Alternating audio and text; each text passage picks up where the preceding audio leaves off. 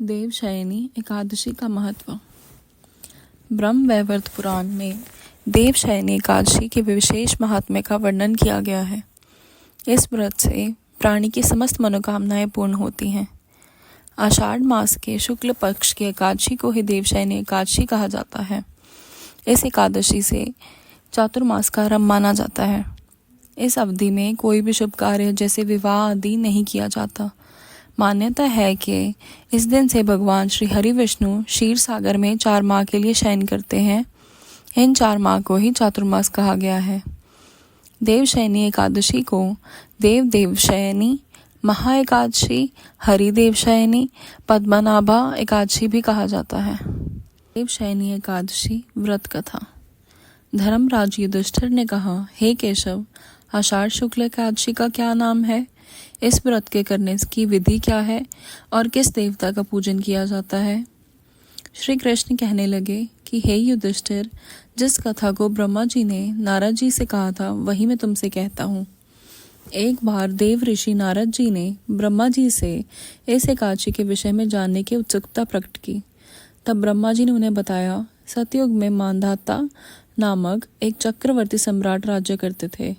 उनके राज्य में प्रजा बहुत सुखी थी, किंतु भविष्य में क्या हो जाए ये कोई नहीं जानता।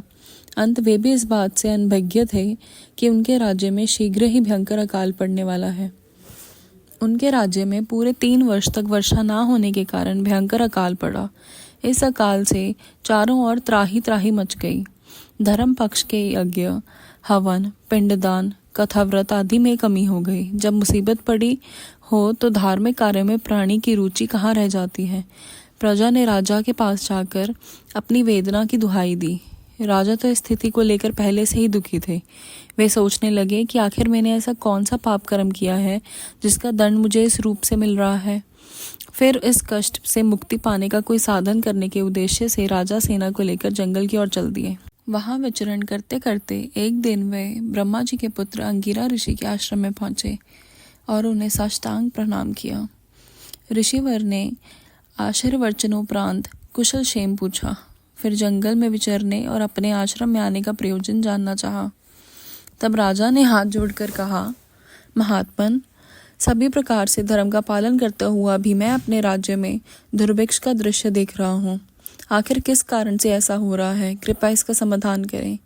यह सुनकर महर्षि अंगिरा ने कहा, हे राजन, सब युगों से उत्तम यह सतयुग है। इसमें छोटे से पाप का भी बड़ा भयंकर दंड मिलता है। इसमें धर्म अपने चारों चरणों में व्याप्त रहता है।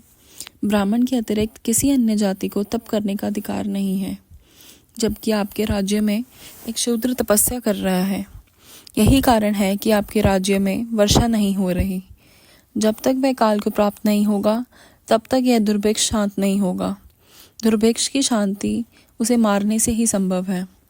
किंतु राजा का हृदय एक निरपराध शूद्र तपस्वी का शमन करने को तैयार नहीं हुआ। उन्होंने कहा, हे देव, मैं उस निरपराध को मार दूं, यह बात मेरा मन स्वीकार नहीं कर रहा है। कृपा करके आप कोई और उपाय बताएं। महर्षि अंगिरा ने बताया, आषाढ़ माह के शुक्ल पक्ष की एकादशी का व्रत करें। इस व्रत के प्रभाव से अवश्य ही वर्षा होगी। राजा अपने राज्य की राजधानी लौट आए और चारों वर्णों सहित पद्मा एकादशी का विधि पूर्वक व्रत किया। व्रत के प्रभाव से उनके राज्य में मूसलधार वर्षा हुई और पूरा राज्य धन धान्य से परिपूर्ण हो गया। ब्रह्म वैवर्त पुराण में देवशयनी एकादशी के विशेष महात्म्य का वर्णन किया गया है। इस व्रत से प्राणी की समस्त मनोकामनाएं पूर्ण होती हैं।